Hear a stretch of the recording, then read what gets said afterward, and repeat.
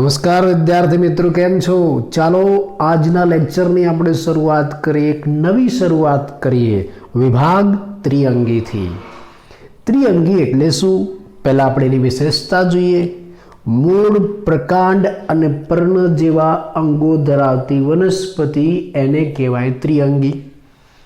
આ ત્રિઅંગી વનસ્પતિ એ સૌપ્રથમ ભૂમિ નિવાસી વાહક પેશીધારી વનસ્પતિ છે. બીજ વિહીન વાહક પેશીધારી વનસ્પતિ છે અને એને વનસ્પતિ સૃષ્ટિના સરીસૃપ કહેવાય છે. આ ત્રિઅંગી વનસ્પતિની ઓળખાણ, એની વિશેષતા, એની ખાસિયત જે તમને MCQમાં પણ પૂછાય. પ્રશ્ન પૂછાય કે વનસ્પતિ સૃષ્ટિના સરીસૃપ કોણ છે? સૌ પ્રથમ ભૂમિ નિવાસી વાહક પેશીધારી વનસ્પતિ કઈ છે? સૌ પ્રથમ બીજ વિહીન વાહક પેશીધારી વનસ્પતિ કઈ છે? આવા પ્રશ્ન તમને પૂછાય. હવે આ ત્રિઅંગી વનસ્પતિ ક્યાં જોવા મળે એના વસવાટની આપણે વાત કરીએ.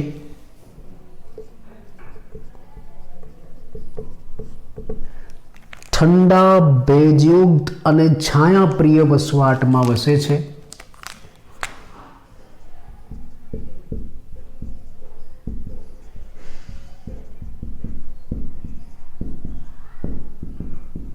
છાયાપ્રિય વસવાટમાં.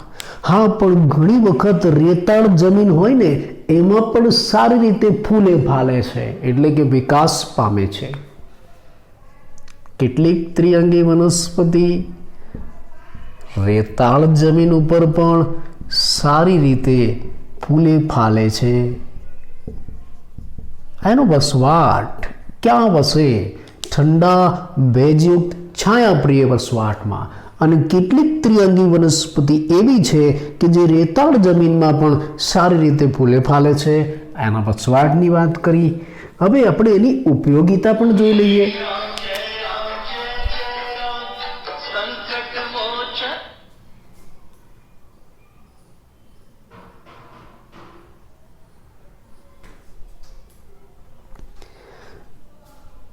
આપણે એની વિશેષતા જોઈએ, એનો વસવાટ જોયો. હવે આપણે એની ઉપયોગિતા પણ જોઈ લઈએ.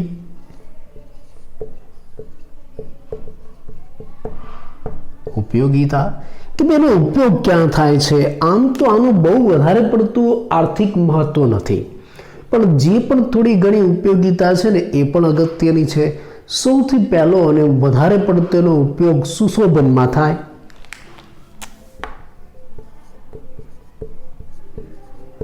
સુશોભન. આપણે આપણા ઘરની બહાર બગીચો બનાવ્યો હોય, કુંડા બનાવ્યા હોય, તો એની અંદર આ ત્રિઅંગી વનસ્પતિનો સુશોભન માટે આપણે ઉછેર કરીએ છીએ.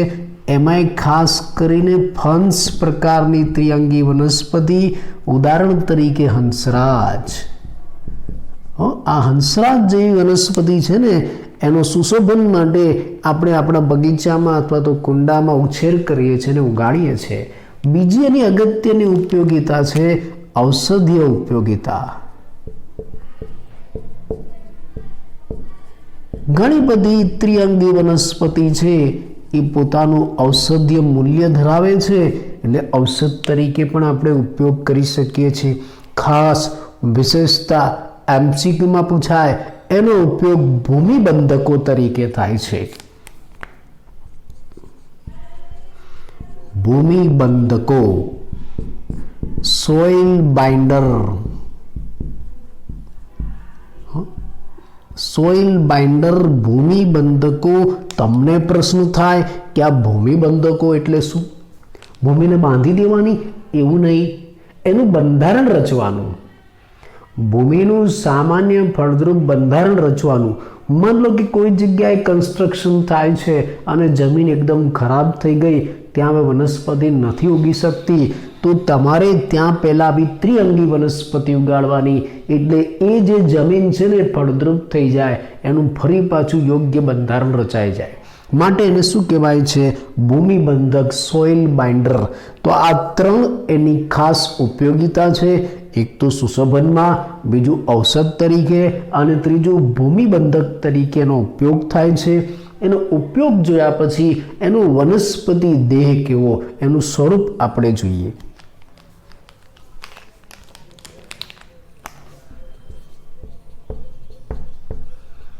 વનસ્પતિ દેહ એનો કેવો છે અથવા તો એનું સ્વરૂપ કેવું છે, કયા સ્વરૂપની આ વનસ્પતિ છે, આપણે એ પણ સમજીએ. તો હમણાં જ આપણે વાત કરી વિશેષતામાં કે આમાં વનસ્પતિ દેહ એ મૂળ, પ્રકાંડ અને પર્ણમાં વિભેદિત થયેલો છે. વનસ્પતિ દેહ શું ધરાવે છે? મૂળ, પ્રકાંડ અને પર્ણ સંપૂર્ણ રીતે વિભેદિત થયેલો છે, એવા સ્પષ્ટ અંગો છે. અને બીજું, આ વનસ્પતિ દેહમાં સૌ પ્રથમ વખત શું આવેલી છે? વાહક પેશી આવેલી છે. આ સૌ પ્રથમ વાહક પેશી ધરાવતી વનસ્પતિ છે. યાદ રાખજો, MCQમાં પણ પૂછાય. એટલે આ વનસ્પતિ દેહમાં વાહક પેશી આવેલી છે. સૌ પ્રથમ વાહક પેશી આવેલી છે ને, એટલે આ આદિ વાહક પેશી છે. આદિ પ્રકારની, જેમ પહેલા જે મનુષ્ય આવ્યા હતા તો આપણે શું શબ્દ વાપરીએ છીએ? આદિ માનવ. એમ સૌ પ્રથમ આ વાહક પેશી આવેલી છે એટલે એને આદિ વાહક પેશી કહેવાય.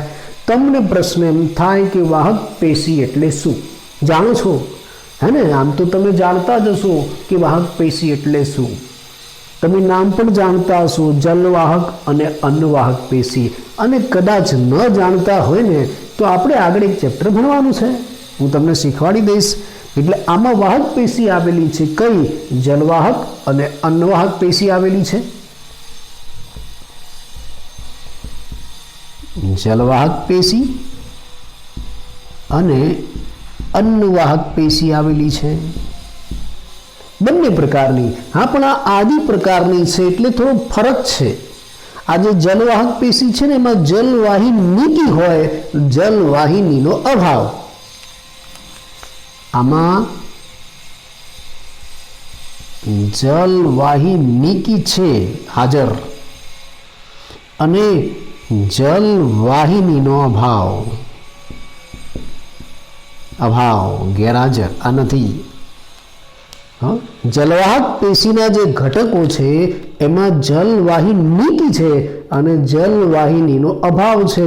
એટલે આની અંદર નીકી છે પણ ની નથી. જલવાહી નીકી છે, જલવાહિની નથી. એવી જ રીતે અન્નવાહક પેશીમાં ચાલની નલિકા છે. ચાલની નલિકા છે હાજર, પણ એની સાથે રહેલા સાથી કોષો નથી. સાથી કોષો ગેરહાજર. સમજાયું? આ જલવાહી નીકી એટલે શું, જલવાહિની શું છે, ચાલની નલિકા શું છે, સાથી કોષો એટલે શું, આ બધાના જવાબ આપણે વાહક પેશીમાં આપીશું. અત્યારે ખાલી આટલું યાદ રાખજો કે ભાઈ આની અંદર એકદમ આદિ પ્રકારની સાદી વાહક પેશી છે, જેમાં જલવાહક અને અન્નવાહક પેશી બંને આવેલી છે. જલવાહક પેશીમાં પણ જલવાહી નીકી છે, જલવાહિની નથી. અન્નવાહક પેશીમાં ક્યાંય ચાલની નથી, લઈ જવાના નથી. ચાલની નલિકા છે, સાથી કોષો નથી. આવી વાહક પેશી ધરાવે છે વનસ્પતિ દેહ. અને એક બીજી બાબત, આ જે વનસ્પતિ છે ને એ આજથી 350 મિલિયન વર્ષ પહેલા પૃથ્વી ઉપરની પ્રભાવી વનસ્પતિ હતી એવું આપણને અશ્મિ પુરાવા કહે છે. આજથી 350 મિલિયન વર્ષ પહેલા પૃથ્વી ઉપરની પ્રભાવી વનસ્પતિ હતી. આ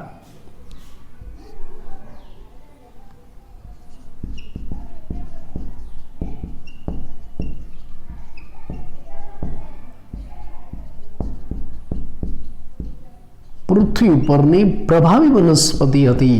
એટલે આખી પૃથ્વી ઉપર મોટે ભાગે છવાયેલી વનસ્પતિ હતી. આજે પણ તમે અમુક જંગલોમાં, આફ્રિકાના જંગલોમાં વગેરે જગ્યાએ જાઓ, આપણા જંગલોમાં જાઓ, ત્યાં પણ તમને જંગલ છે ને આખું ગીચ લીલું છમ દેખાશે. અહીંયા સુધી બધી જાળીઓ ને બધું આવેલું હોય. એ જાળી ઝાંખરા જેવું તમને દેખાય ને, એમાં ત્રિઅંગી વનસ્પતિ વધારે હોય અને એમાં હંસરાજ તો ઘણા બધા હોય. ઘણી બધી જગ્યાએ તમને જ્યારે જંગલોના સીન બતાવે ત્યારે તમે જોજો એમાં આવું હશે. એટલે 350 મિલિયન વર્ષ પહેલા આ પૃથ્વી ઉપરની પ્રભાવી વનસ્પતિ હતી, આ ત્રિઅંગી વનસ્પતિ. અત્યારે કઈ પ્રભાવી છે ખબર છે? આવૃત બીજધારી છેલ્લી. અત્યારે તમે તમારી આસપાસ જે બધી વનસ્પતિ જુઓ છો એ મોટા ભાગની આવૃત બીજધારી છે. પણ 350 મિલિયન વર્ષ પહેલા પૃથ્વી ઉપર પ્રભાવી વનસ્પતિ કઈ હતી? ત્રિઅંગી. એમસીક્યુમાં પણ પૂછાય, યાદ રાખજો. આપણે એનો વસવાટ જોયો, ઉપયોગિતા પણ જોઈ, વનસ્પતિ દેહની શરૂઆત કરી. અને આમાં વનસ્પતિ દેહ એ મૂળ પ્રકાર પર્ણનો બનેલો છે અને એમાં પર્ણમાં પણ ખાસિયત. એના પર્ણમાં શું ખાસિયત આપણે જોઈએ.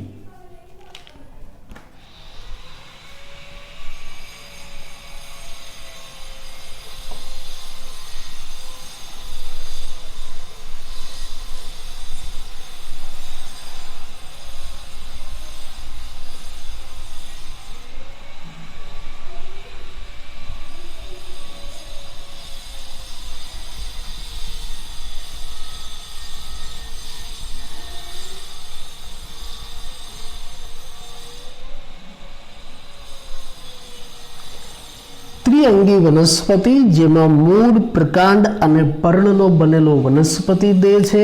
એમાં પર્ણો બે પ્રકારના છે. એમાં પર્ણો બે પ્રકારના છે. નાના પર્ણો, કેટલીક વનસ્પતિમાં નાના પર્ણો છે તો કેટલીક વનસ્પતિમાં મોટા પર્ણો છે. બે પ્રકારના પર્ણો,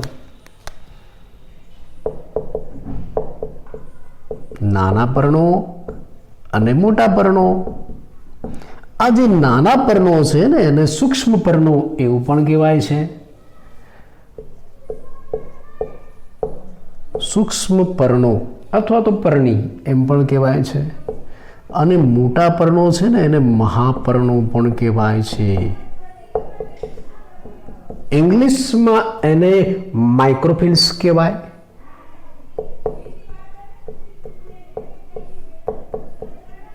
માઇક્રોફિલ્સ સૂક્ષ્મ પર્ણોને અને મહાપર્ણોને મેક્રોફિલ્સ કહેવાય છે. બરાબર. આવા સૂક્ષ્મ પર્ણો, આવા નાના પર્ણો તમને કઈ વનસ્પતિમાં જોવા મળે? ઉદાહરણ તરીકે સેલાજીનેલા. ઉદાહરણો યાદ રાખજો, એમસીક્યુમાં આવે. માઇક્રોફિલ્સ વનસ્પતિ, સૂક્ષ્મ પર્ણો ધરાવતી વનસ્પતિ કઈ છે? ત્રિઅંગી, સેલાજીનેલા. અને મોટા પર્ણો ધરાવતી વનસ્પતિ કઈ છે? હંસરાજ. રાજહંસ નહીં, હંસરાજ. મેં તમને બંને વનસ્પતિ અહીંયા દોરીને આપેલી છે. આ સેલાજીનેલા છે, એમાં પર્ણો આવા નાના નાના સૂક્ષ્મ છે. આ તો આકૃતિમાં મેં હજી મોટા બતાવ્યા છે, બાકી આનાથી નાના હોય. આ બાજુમાં હંસરાજ છે, એના પર્ણો મોટા હોય. સરસ, આના મોટા પર્ણો જોવા મળશે, આનાથી પણ મોટા હોય છે. એટલે પર્ણોની અંદર એની ખાસિયત. હવે આપણે એની અંદર એકાંતર જનન જોઈએ કેવું છે. એકાંતર જનન અથવા તો એનું જીવન ચક્ર એવું પણ કહેવાય. એકાંતર જનન એટલે શું?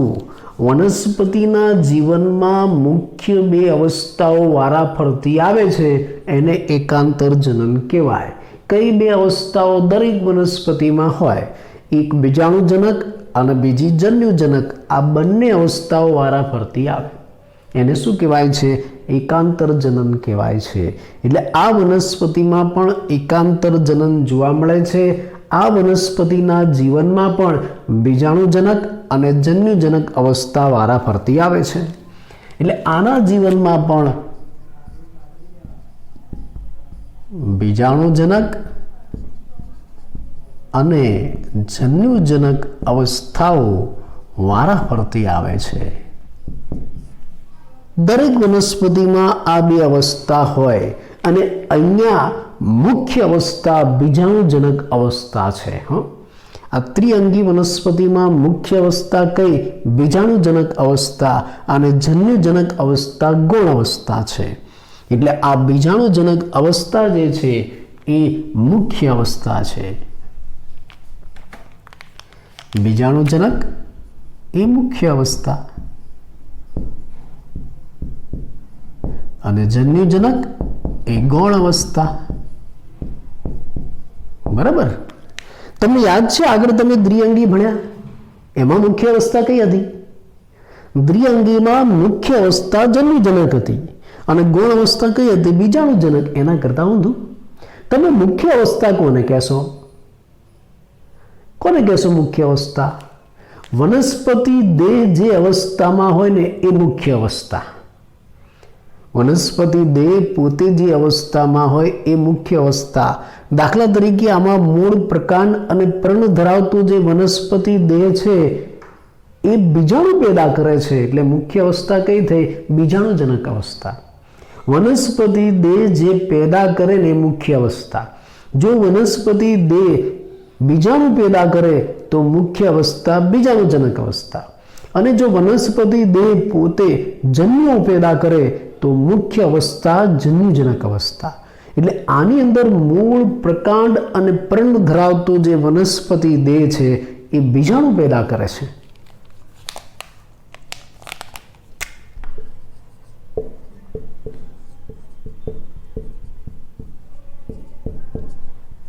મૂળ, પ્રકાંડ અને પર્ણ ધરાવતો જે વનસ્પતિ દેહ છે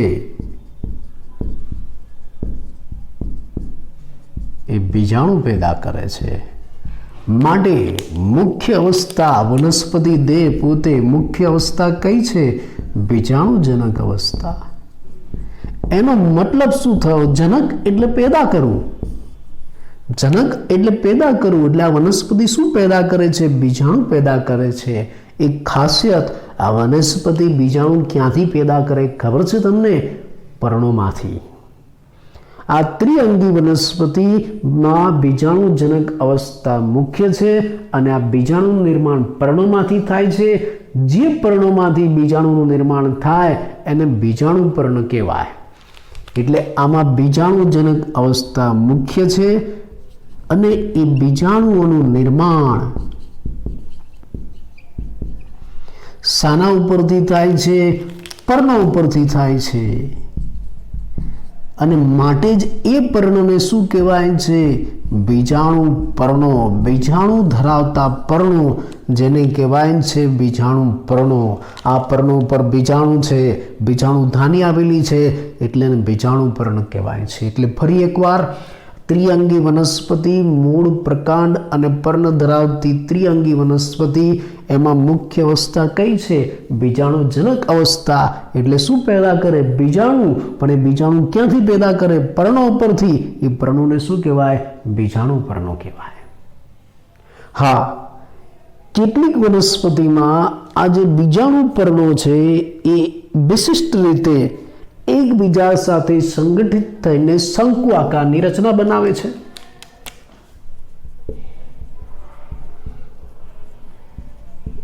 કેટલીક વનસ્પતિમાં બીજાણુ પર્ણો વિશિષ્ટ રીતે સંગઠિત થઈને શંકુ આકારની રચના બનાવે છે. શંકુ અથવા તો પ્રશંકુ, જેને સ્ટ્રોબિલસ કહેવાય છે ઇંગ્લિશમાં. સ્ટ્રોબિલસ શબ્દ યાદ રાખજો. બધામાં આવું નથી હોતું. બાકી બધામાં પર્ણો સામાન્ય હોય છે. સામાન્ય વનસ્પતિમાં હોય ને એવા પર્ણો, એમાં કોઈ વિશેષ નહીં. દાખલા તરીકે તમે હંસરાજ જુઓ ને તો એમાં પર્ણો સામાન્ય છે. એ સામાન્ય પર્ણો ઉપરથી જ બીજાણુ સર્જાય છે. પણ કેટલીક વનસ્પતિમાં આ જે બીજાણુ પર્ણો છે ને એ વિશિષ્ટ ગોઠવણી દર્શાવે છે શંકુ આકારની, અને એ શું બનાવશે? સ્ટ્રોબિલસ. અને એના ઉદાહરણ છે સેલાજિનેલા અને ઇક્વિસેટમ. MCQમાં પણ પૂછાય. સ્ટ્રોબિલસ ધરાવતી વનસ્પતિ કઈ? સેલાજિનેલા અને ઇક્વિસેટમ. આ સ્ટ્રોબિલસ ધરાવતી વનસ્પતિ છે. આકૃતિ તમને પુસ્તકમાં પણ આપેલી છે અને અહીંયા પણ આપેલી છે. જો આ સેલાજિનેલાની આકૃતિ મેં બતાવી, જેમાં આ મૂળ છે લટકતા, આ વચ્ચેથી પસાર થતું પ્રકાંડ છે અને આજુબાજુ આ નાના નાના સૂક્ષ્મ પર્ણો છે. આકૃતિ એટલે બતાવું છું કે તમને નીટમાં પૂછાય અને બોર્ડની પરીક્ષામાં પણ પૂછાય. હવે આ જે વનસ્પતિ છે એની ઉપરના ભાગે, ટોચના ભાગે આ જે બીજાણુ પર્ણો છે ને આવા શંકુ આકારે ગોઠવાય. આ એક શંકુ, આ બીજો શંકુ, અને આ શંકુને શું કહેવાય છે? સ્ટ્રોબિલસ કહેવાય છે. આવી જ રીતે બીજાણુપર્ણો શંકુ આકારની રચના ઇક્વિસેટમમાં પણ બનાવે છે. ઇક્વિસેટમમાં જો આ ટોચના ભાગે આવો શંકુ આકારની રચના છે, બીજાણુપર્ણો ગોઠવાઈને શંકુ આકારની રચના બનાવે, આને સ્ટ્રોબિલસ કહેવાય છે. બરાબર. એટલે કેટલીક વનસ્પતિમાં બીજાણુપર્ણો આવું શંકુ આકારનું સ્ટ્રોબિલસ બનાવે છે. કઈ વનસ્પતિમાં એમસીક્યુમાં પૂછાય, કઈ વનસ્પતિમાં સેલાજિનેલા અને ઇક્વિસેટમ આકૃતિમાં પણ પૂછાય અને ઉદાહરણ પણ તમને પૂછાઈ શકે છે. આવું તમને બીજાણુપર્ણોનું નિર્માણ જોવા મળશે આની અંદર. હવે આ જે વનસ્પતિ છે ને એ ક્યાં વસે છે એના ઉપરથી આપણે એનું એકાંતર જનન જોઈ શકીએ છીએ. એટલે આપણે એનો વસવાટ પણ લઈ લઈએ.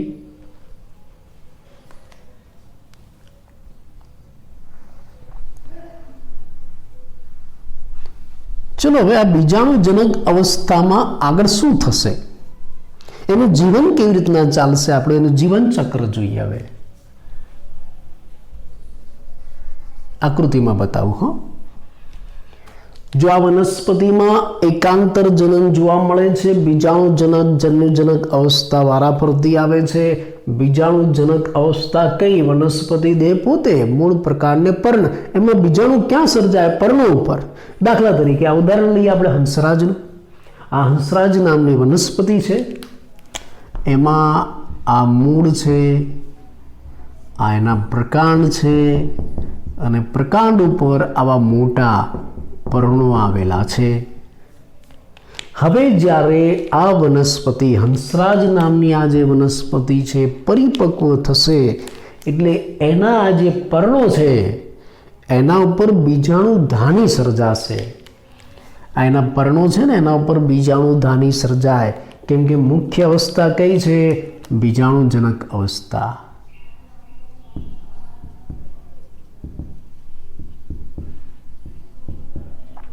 બીજાણુજનક અવસ્થા મુખ્ય છે અને એના પર્ણો ઉપર બીજાણુધાની સર્જાય છે જ્યારે પરિપક્વ બને ત્યારે. આ હંસરાજ નામની વનસ્પતિ જ્યારે પરિપક્વ બને ત્યારે એના જે પર્ણો છે એમાં બીજાણુધાની સર્જાય. તમે આ બીજાણુધાની એના પર્ણો ઉપર નરી આંખે પણ જોઈ શકો. એટલે આખી સ્પષ્ટ નથી દેખાતી, પણ તમે હંસરાજના પર્ણ લેશો તો તમને પ્રેક્ટિકલમાં પ્રયોગશાળામાં આવા પર્ણો આપવામાં આવે, તમારી સ્કૂલમાં હોઈ શકે છે. જો તમે એના પર્ણ હાથમાં લઈને જોશો ને તો એના પર્ણની કિનારીઓ ઉપર તમને ટપકા ટપકા જેવી રચના દેખાશે. પર્ણની કિનારીઓ ઉપર એ ટપકા ટપકા જેવી રચનાને તમે માઇક્રોસ્કોપમાં મૂકીને જોશો તો ખબર પડશે કે એમાં બીજાણુધાનીઓ આવેલી છે. એટલે આવા પર્ણો છે. એમાંનું એકાદ પર્ણ હું બહાર કાઢીને બતાવું છું કે આ ઘણા બધા પર્ણો છે. એમાંનું આ એકાદ પર્ણ બહાર કાઢીને મોટું કરીને આપણે જોઈએ. આ પર્ણને બીજાણુ પર્ણ કહેવાય. હા, આવું એકાદ બીજાણુ પર્ણ આપણે બહાર કાઢીને મોટું કરીને જોઈએ. આ બીજાણુ પર્ણ છે એના ઉપર શું સર્જાય છે? આવી બીજાણુધાનીઓ ઘણી બધી સર્જાય. પર્ણની કિનારી ઉપર આવી બીજાણુધાનીઓ સર્જાય. આવી ઘણી બધી સર્જાય. એ બીજાણુધાની કેવી? તો આપણે એકાદ બીજાણુધાની બહાર કાઢીને જોઈએ, મોટી કરીને. ચલો આપણે આ બીજાણુધાની બહાર કાઢીએ. આ બીજાણુધાનીઓ બહાર કાઢીએ. એ બીજાણુધાની છે એની અંદર બીજાણુ માતૃકોષ રહેલા હોય. આ જે મેં લાલ કલરમાં બતાવ્યા છે એ બીજાણુ માતૃકોષ છે. જો નામ સાંભળો, શું નામ છે? બીજાણુ માતૃકોષ. માતા છે. કોની માતા છે? બીજાણુની. એટલે શું પેદા કરશે? બીજાણુ. આ બીજાણુ માતૃકોષ છે એ અર્ધીકરણની ક્રિયાથી અંદર બીજાણુ પેદા કરશે. એટલે હવે આ બીજાણુધાનીમાં આવા પુષ્કળ બીજાણુઓ સર્જાશે. આ બધા બીજાણુઓ છે. આજે ટપકા ટપકા તમને બતાવ્યા છે ને એ બધા બીજાણુઓ છે. એટલે પર્ણમાં બીજાણુધાની અને બીજાણુધાનીમાં બીજાણુ માતૃકોષ અને બીજાણુ માતૃકોષ શું પેદા કરશે? અંદર બીજાણુઓ. એટલે આ બીજાણુધાનીમાં બીજાણુ પેદા થશે. વાસ્તવમાં બીજાણુઓ ક્યાં પેદા થાય છે? અહીંયા આ પર્ણ છે ને એની અંદર. આ તો તમને સમજાય એટલે મેં એ પર્ણ બહાર કાઢીને બતાવ્યું. એની બીજાણુધાની બહાર કાઢી અને એમાં બીજાણુઓ પેદા કર્યા. વાસ્તવમાં આ બીજાણુ ક્યાં સર્જાય છે? આ પર્ણની અંદર. એટલે હંસરાજમાં બીજાણુ પર્ણ છે, બીજાણુ પર્ણ ઉપર આવી બીજાણુધાની છે, બીજાણુધાનીમાં બીજાણુ માતૃકોષ છે. એ બીજાણુ માતૃકોષ અર્ધીકરણથી શું પેદા કરે છે? બીજાણુઓ. એટલે બીજાણુધાનીમાં હવે અસંખ્ય બીજાણુઓ પેદા થઈ ગયા. પછી શું થશે? આવા અસંખ્ય બીજાણુઓ પેદા થઈ જાય પછી આ પરિપક્વ બીજાણુધાની છે એ ફાટે છે. એ ફાટે ને એટલે એની અંદરથી બીજાણુઓ મુક્ત થાય. આ બીજાણુ આપણે મોટા કરીને બતાવ્યા.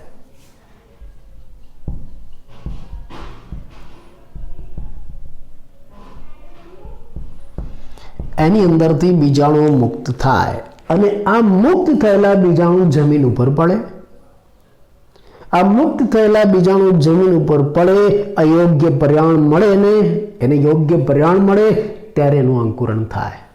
કેવું પર્યાવરણ? ભેજયુક્ત છાયાપ્રિય વસવાટ. એને કેવું જોઈશે પર્યાવરણ? તો ઠંડુ, ભેજયુક્ત અને છાયાપ્રિય પર્યાવરણ જોઈએ એને. એટલે જ્યારે એને ઠંડુ, ભેજવાળું અને છાયાયુક્ત વસવાટ મળશે ત્યારે એનું અંકુરણ થશે.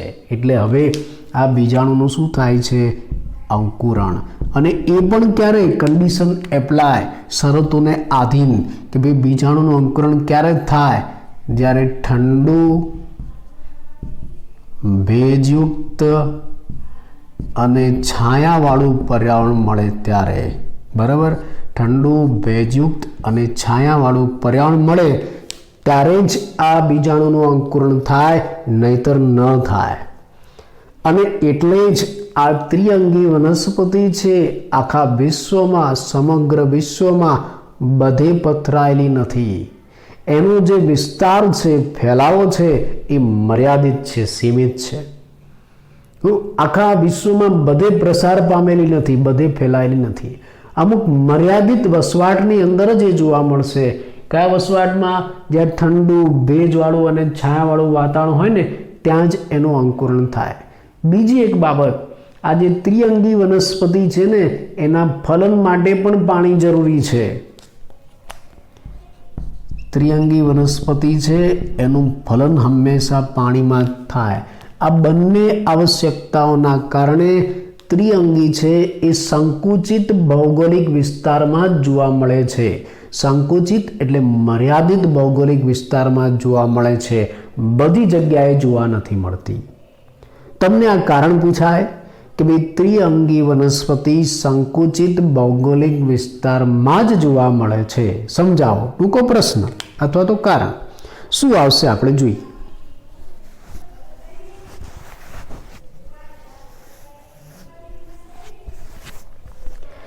ત્રિઅંગી વનસ્પતિ સંકુચિત ભૌગોલિક વિસ્તારમાં જોવા મળે છે. એની પાછળનું કારણ એની આવશ્યકતા. પહેલું તો એનું બીજાણુનું અંકુરણ થવા માટે કેવું પર્યાવરણ જોઈએ? ઠંડુ, ભેજવાળું અને છાયાપ્રિય. બીજું એના ફલન માટે શાની આવશ્યકતા છે? પાણીની. આવી સીમિત જરૂરિયાતના કારણે આ ત્રિઅંગી વનસ્પતિ આખા વિશ્વમાં, આખી પૃથ્વી ઉપર ગમે ત્યાં પથરાયેલી નથી, પરંતુ સંકુચિત ભૌગોલિક વિસ્તારમાં જ જોવા મળે. એનો જવાબ. એટલે માની લો કે આ જે બીજાણુ છે એને યોગ્ય પર્યાવરણ મળે છે, તેનું અંકુરણ થાય. બીજાણુનું અંકુરણ થઈને એમાંથી એકદમ નાની, સૂક્ષ્મ, માઇક્રોસ્કોપિક, તમને દેખાય જ નહીં નરી આંખે, એકદમ નાની સૂક્ષ્મ રચના છે. આ તો મેં આકૃતિમાં મોટી બતાવી છે કે આપણી મોટી ના હોય. એટલે આ જે બીજાણુનું અંકુરણ થાય એટલે એમાંથી એકદમ નાની, સૂક્ષ્મ, લીલી ચપટી હૃદયાકાર રચના બને છે.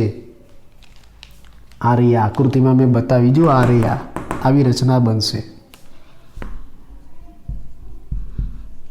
નાની ચપટી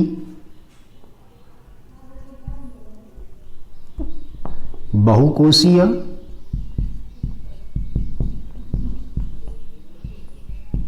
હૃદયાકાર રચના બનશે. આ બીજાણુને યોગ્ય પરિણામ મળશે તો બીજાણુનું અંકુરણ થશે. અંકુરણ થઈને એમાંથી એકદમ નાની સૂક્ષ્મ માઇક્રોસ્કોપિક ચપટી બહુકોષીય હૃદયાકાર રચના બનશે, જેને પ્રોથેલસ કહેવાય છે ઇંગ્લિશમાં.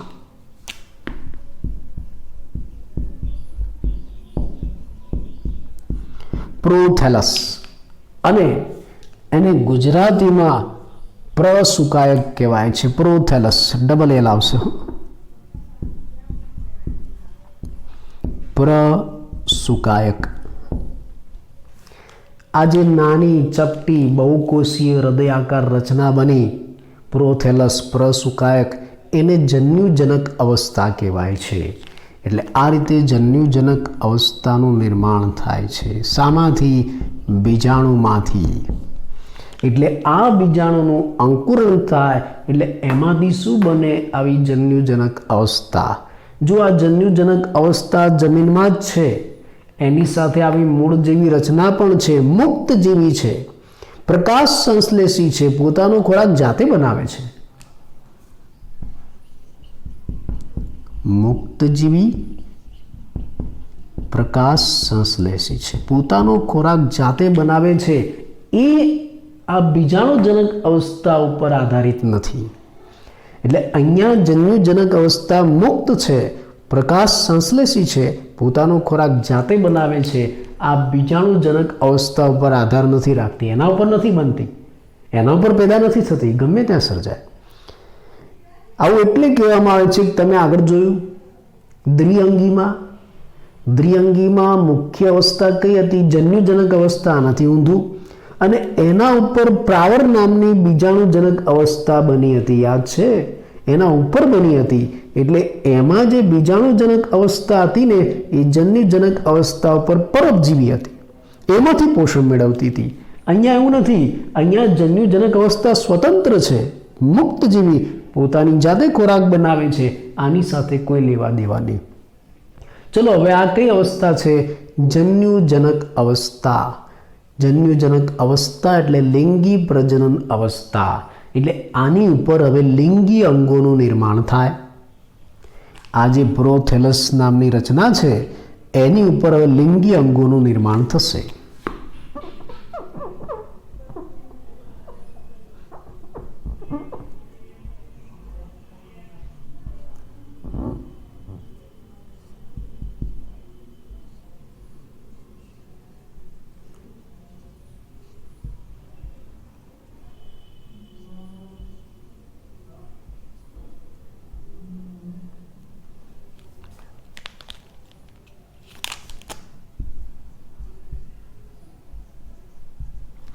લિંગી અંગો બનશે એટલે શું? આની ઉપર સ્ત્રી જન્યુદાની અને પુંજન્યુદાનીનું નિર્માણ થશે. આ પુંજન્યુદાની છે,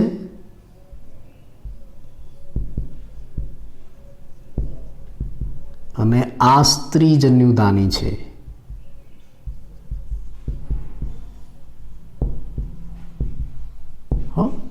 એટલે હવે જ્યારે આ જન્યુજનક અવસ્થા પરિપક્વ બનશે એટલે એની ઉપર લિંગી અંગોનું નિર્માણ થશે.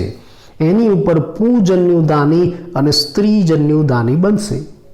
એની ઉપર આ જે પુંજન્યુદાની છે, પૂ નહીં કરવાનું, આ પુંજન્યુદાની છે, એના ઉપરથી શું પેદા થાય છે? પુંજન્યુ. આમાં પુંજન્યુ સર્જાશે. પુંજન્યુ એટલે નરજન્યુ.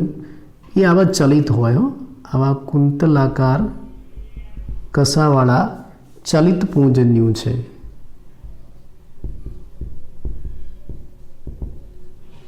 હવે ચલિત પુંજન્યુ સર્જાશે અને એ ચલિત પુંજન્યુ પાણી દ્વારા વહન પામીને પાણી દ્વારા તરતા તરતા આ સ્ત્રીજન્યુદાની સુધી પહોંચે અને એની અંદર પ્રવેશે, અહીંયા અંદર જતા રહેશે. આ પુંજન્યુ આ અંદર રહેલા અંડકોષ સાથે જોડાય. આ અંડકોષ છે. જો આ ચંબુ જેવી રચના છે ને, એમાં નીચે અંડકોષ છે.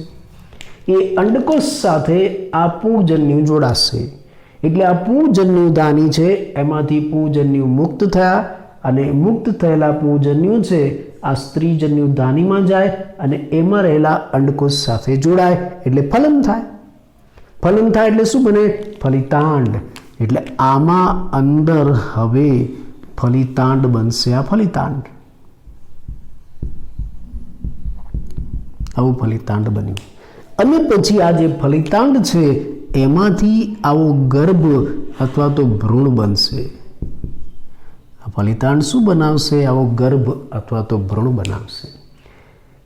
અને પછી એ ગર્ભ અને ભ્રૂણનો વિકાસ થઈને એમાંથી આવા નાનું પ્રકાંડ છે, પર્ણ છે અને મૂળ ધરાવતો વનસ્પતિ દેહ નિર્માણ પામશે. એટલે આ ભ્રૂણ છે આગળ વિકાસ પામશે અને એમાંથી આવો વનસ્પતિ દેહ બનશે. આવો હંસરાજનો વનસ્પતિ દેહ બનશે. વનસ્પતિ દેહ એટલે કઈ અવસ્થા? બીજાણુજનક અવસ્થા બનશે. ધીરે ધીરે આ જે પ્રસુકાયક છે, આવો હૃદયાકાર, એ પ્રસુકાયક વિઘટન પામે, નાશ પામે. અને આ જે ભ્રૂણ છે એમાંથી નિર્માણ પામેલો આ જે વનસ્પતિ દેહ છે એ વધારે સારી રીતે વિકાસ પામે આ રીતે. અને એમાંથી આવી પુખ્ત વનસ્પતિ હંસરાજ બને. તો આ રીતે એનું જીવન ચક્ર ચાલે છે. અહીંથી અહીંયા સુધીનું એનું જે જીવન છે એ બીજાણુજનક અવસ્થાનું છે, અહીંથી અહીંયા સુધી. અને જ્યારથી આ પ્રસુકાયક બને છે એ આખી એની જન્યુજનક અવસ્થા છે. એટલે એના જીવનમાં બે તબક્કા આવે છે. પહેલી બીજાણુજનક અવસ્થા અને બીજી જન્યુજનક અવસ્થા વારા ફરતી સર્જાય. એને એકાંતર જનન કહેવાય. આ ત્રિઅંગીમાં આપણે એકાંતર જનન સમજાવ્યું. ટૂંક નોંધ સ્વરૂપે પણ તમને પૂછાય કેવી રીતે થાય છે. ફરી એકવાર કહી દઉં આમાં શું બન્યું એ ટૂંકમાં, કે ભાઈ ત્રિઅંગી વનસ્પતિ, એમાં આપણે હંસરાજનું ઉદાહરણ લીધું છે. એમાં મુખ્ય અવસ્થા કઈ છે? બીજાણુજનક અવસ્થા. એટલે બીજાણુ પેદા કરે. ક્યાં પેદા કરે છે? પર્ણ ઉપર. માટે પર્ણને શું કહેવાય છે? બીજાણુ પર્ણ. એ પર્ણ ઉપર પહેલા બીજાણુધાનીઓ સર્જાય. બીજાણુધાનીમાં બીજાણુ માતૃકોષ સર્જાય અને પછી એ બીજાણુ માતૃકોષ બીજાણુ પેદા કરે. જ્યારે બીજાણુધાની ફાટે એટલે બીજાણુ મુક્ત થાય. એ બીજાણુને યોગ્ય પર્યાવરણ મળે, ઠંડુ વાતાવરણ, ભેજયુક્ત અને છાંયો મળે એટલે એનું અંકુરણ થાય. એનું અંકુરણ થાય એટલે આવી લીલી ચપટી હૃદયાકાર રચના બને, જેને પ્રસુકાયક કહેવાય છે. બહુકોષીય છે. આ પ્રસુકાયક બીજું કંઈ નથી, જન્યુજનક અવસ્થા છે જે મુક્તજીવી અને પ્રકાશ સંશ્લેષી છે. આ જન્યુજનક અવસ્થા વિકાસ પામે એટલે એની ઉપર લિંગી અંગો બને. કેમ કે જન્યુજનક અવસ્થા એટલે લિંગી પ્રજનન અવસ્થા. એટલે એની અંદર લિંગી અંગો બને. એની ઉપર પુંજન્યુદાની અને સ્ત્રીજન્યુદાની સર્જાય. આ પુંજન્યુદાની છે એમાંથી હવે ચલિત કસાધારી પુંજન્યુ બને, જે પાણીમાં તરતા તરતા સ્ત્રીજન્યુદાનીમાં આવે. અંડકોષ સાથે જોડાય, ફલિતાંડ બનાવે. એ ફલિતાંડમાંથી આગળ જતા ગર્ભ અથવા તો ભ્રૂણ બનશે. એ ભ્રૂણનો વિકાસ થઈને નવી વનસ્પતિ બનશે. આ નવી વનસ્પતિ એટલે જ હંસરાજ બીજાણુજનક અવસ્થા. ચક્ર આખું પૂરું થયું. ખ્યાલ આવ્યો? એટલે મોટે ભાગે આવું એકાંતર જનન જોવા મળે છે. પણ કેટલીક વનસ્પતિમાં થોડું બદલાઈ જાય છે. કેવું બદલાય આપણે જોઈએ.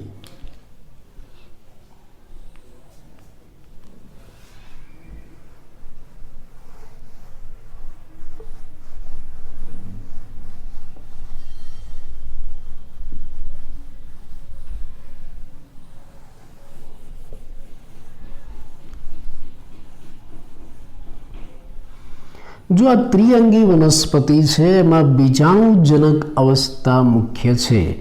એટલે વનસ્પતિ શું પેદા કરે છે? બીજાણુઓ.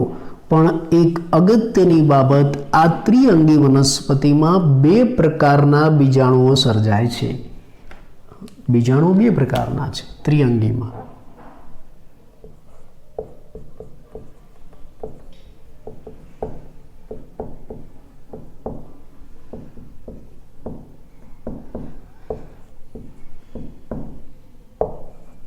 આ ત્રિઅંગી વનસ્પતિમાં બે પ્રકારના બીજાણુઓ સર્જાય છે, સમબીજાણુ અને વિષમ બીજાણુ. નામ ઉપરથી જ તમને ખ્યાલ આવશે. સમબીજાણુ અને વિષમ બીજાણુ. સમબીજાણુ એટલે બીજાણુ સરખા હોય. આપણે આ જે ઉદાહરણ આપ્યું ને હંસરાજ, એ સમબીજાણુ વાળું હતું. એમાં સરખા બીજાણુ બધા સર્જાય છે. જો બધા એક સરખા જ બીજાણુ છે. એમાં આપણે જે ઉદાહરણ આપ્યું ને એ હંસરાજ, જેમાં બધા જ બીજાણુ એક સરખા છે. ભલે આકૃતિ મેં નાના મોટા બતાવ્યા હોય, પણ વાસ્તવિક રીતે બધા એક સરખા જ છે, સરખા બીજાણુ છે. જ્યારે કેટલીક વનસ્પતિ, ઉદાહરણ તરીકે સેલાજિનેલા અને સાલ્વિનિયા,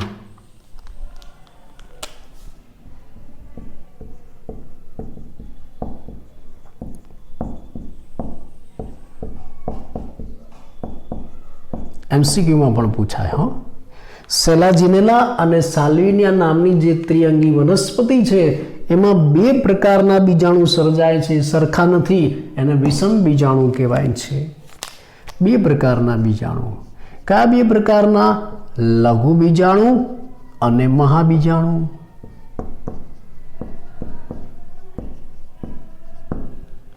આ સાલ્વિનિયા અને સેલાજિનેલા નામની વનસ્પતિ છે. એમાં બે પ્રકારના બીજાણુ સર્જાય છે, લઘુ બીજાણુ અને મહાબીજાણુ. ઉદાહરણો યાદ રાખજો, MCQમાં આવે. આ જે લઘુ બીજાણુ છે ને, હવે તમને બતાવું. ચલો આપણે આ સેલાજિનેલામાં ઉદાહરણ લઈએ, આ વનસ્પતિ સેલાજિનેલા. આ બંને બીજાણુઓ અલગ અલગ શંકુ ઉપરથી સર્જાય છે.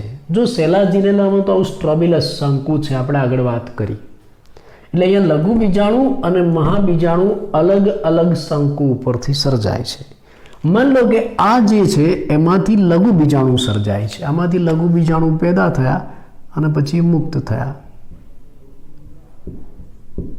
આવા લઘુ બીજાણુ મુક્ત થયા આ શંકુ ઉપરથી. જે શંકુ ઉપરથી લઘુ બીજાણુ પેદા થયા ને એને આપણે નર શંકુ કહી દઈએ. ચલો, હા. અને આ બીજો શંકુ છે. બે પ્રકારના શંકુ બને. શંકુ શામાંથી બને? બીજાણુ પર્ણોમાંથી. એટલે આ સેલાજિનેલામાં બીજાણુ પર્ણો છે એ સંગઠિત રીતે ગોઠવાઈને આવી શંકુ આકારની રચના બનાવે છે. એમાં બે પ્રકારના શંકુ બને. એક પ્રકારનું શંકુ છે ને એ આવા લઘુ બીજાણુ બનાવે. આ બધા લઘુ બીજાણુ.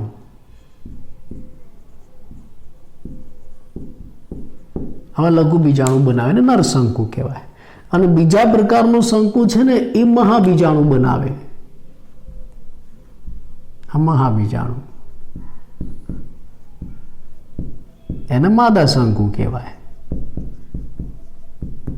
હા, એટલે સેલાજિનેલા અને સાલ્વિનિયા નામની જે ત્રિઅંગી વનસ્પતિ છે એમાં બે પ્રકારના બીજાણુ સર્જાય અને અલગ અલગ જગ્યાએથી.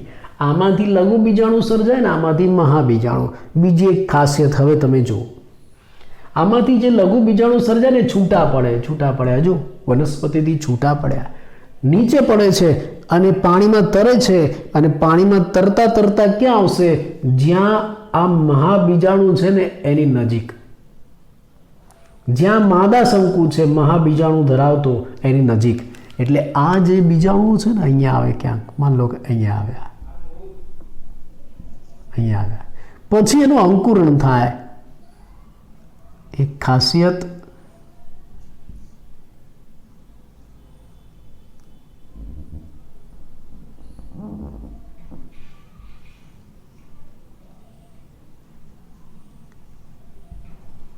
આ લઘુ બીજાણુનું અંકુરણ થાય ને એટલે એમાંથી પુંજન્યુદાની સર્જાય. આમાંથી શું સર્જાયું? આ પુંજન્યુદાની.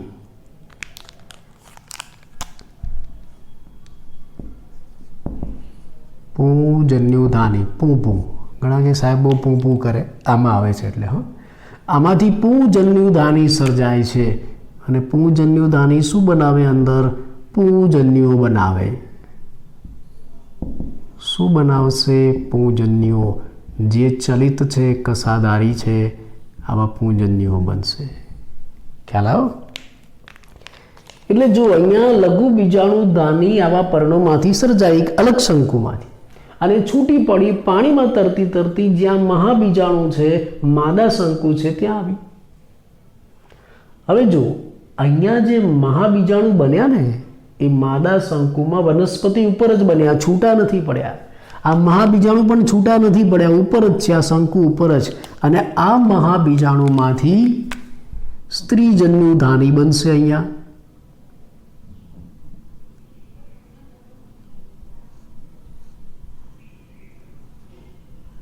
આવી સ્ત્રીજન્યુ ધાની બને.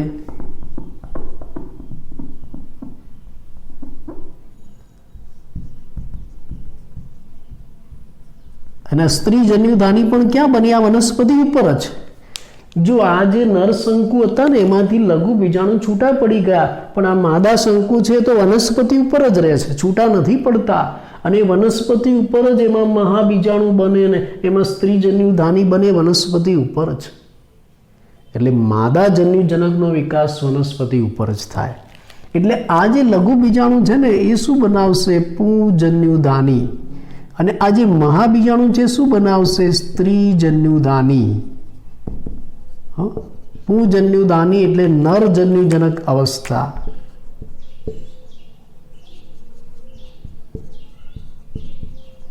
અને સ્ત્રીજન્યુ ધાની એટલે માદા જન્યુજનક અવસ્થા. જો ફરક શું છે? આ બંનેમાં શું ફરક છે? અહીંયા તમે જો પુંજન્યુ ધાની અને સ્ત્રીજન્યુ ધાની બંને એક જ આ પ્રોથેલસ ઉપર જ બની, અલગ અલગ નહીં. અહીંયા તો અલગ અલગ બની. પુંજન્યુ ધાની જમીનમાં અલગ જગ્યાએ અને સ્ત્રીજન્યુ ધાની આ વનસ્પતિ ઉપર રહેલા શંકુમાં જ બની. આ રીતે અલગ અલગ બને છે.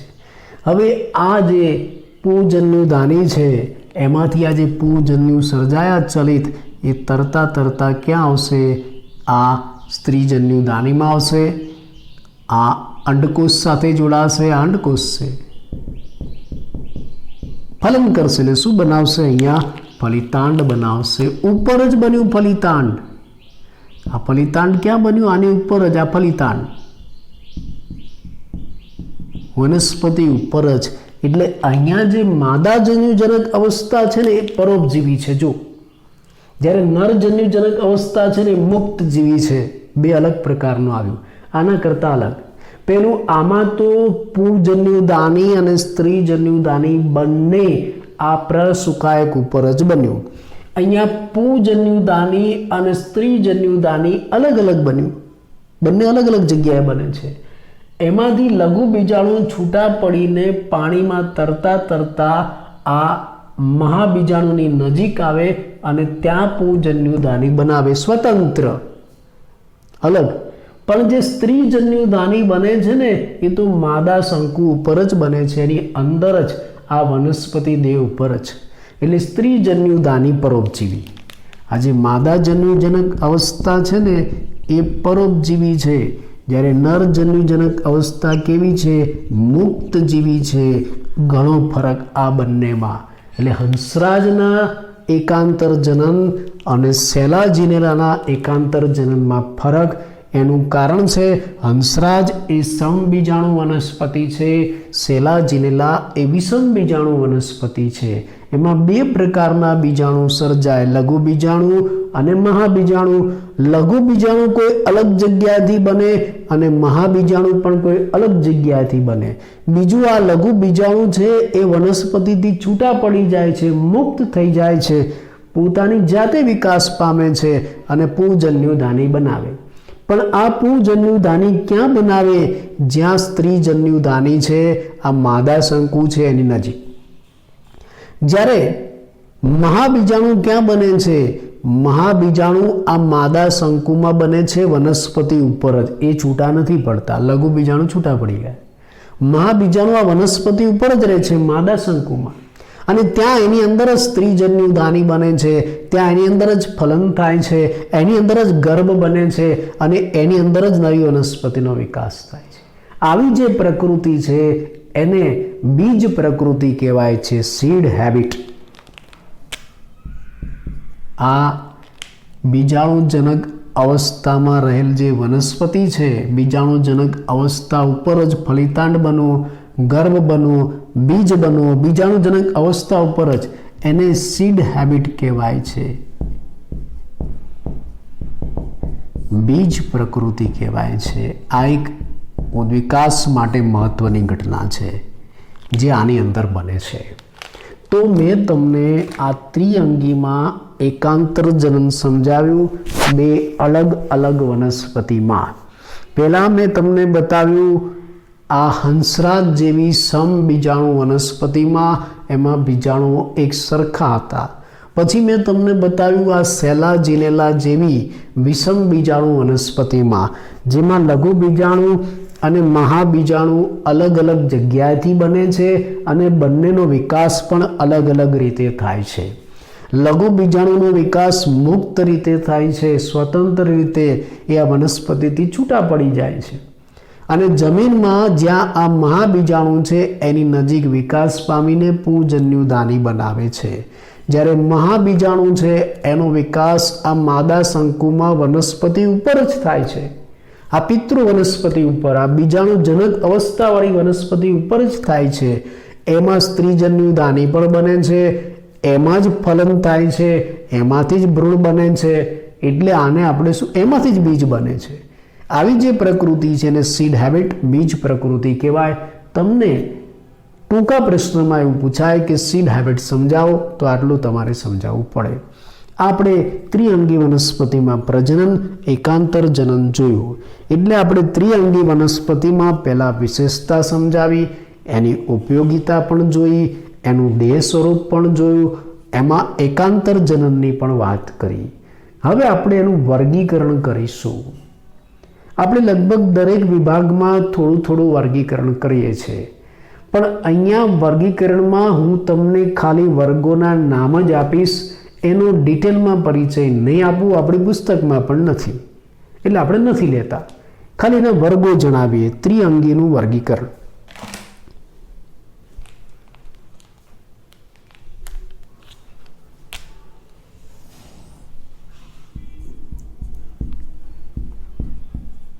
ત્રિઅંગીનું વર્ગીકરણ. જો અહીંયા આપણે એના વર્ગોના ખાલી નામ આપીશું, એનું ડિટેલમાં વર્ગીકરણ નહીં કરીએ. મુખ્ય 4 વર્ગોમાં એને વહેંચવામાં આવે છે. કયા 4 વર્ગો? સિલોપ્સિડા,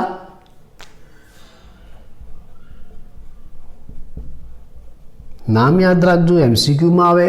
સિલોપ્સિડા, લાઇકોપ્સિડા,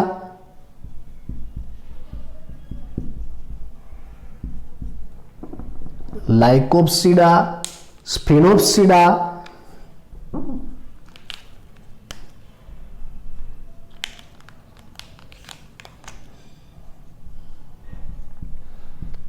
સ્ફિનોપ્સિડા અને ચોથો વર્ગ છે ટેરોપ્સિડા.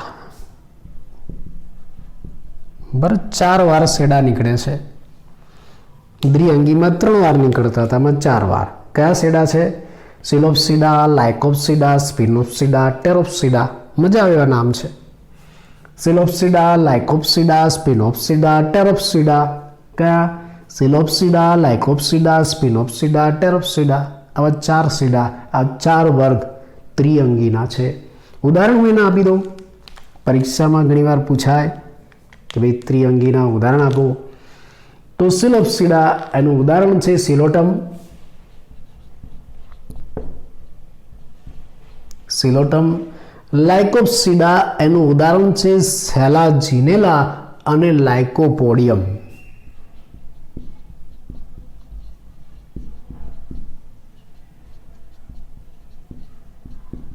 લાઇકોપોડિયમ. સ્પિનોપ્સિડા એનું ઉદાહરણ છે ઇક્વિસેટમ.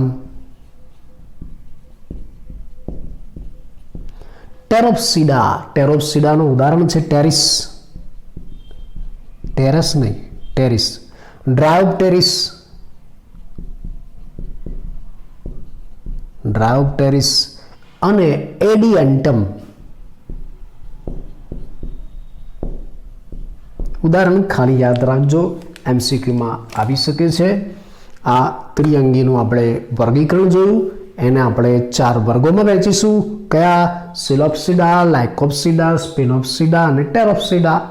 સિલોપ્સિડા સિલોટમ, લાઇકોપ્સિડા સેલાજિનેલા લાઇકોપોડિયમ, સ્પિનોપ્સિડા એક્વિસેટમ, ટેરોપ્સિડા ટેરિસ, ડ્રાયોપ્ટેરિસ અને એડિયન્ટમ.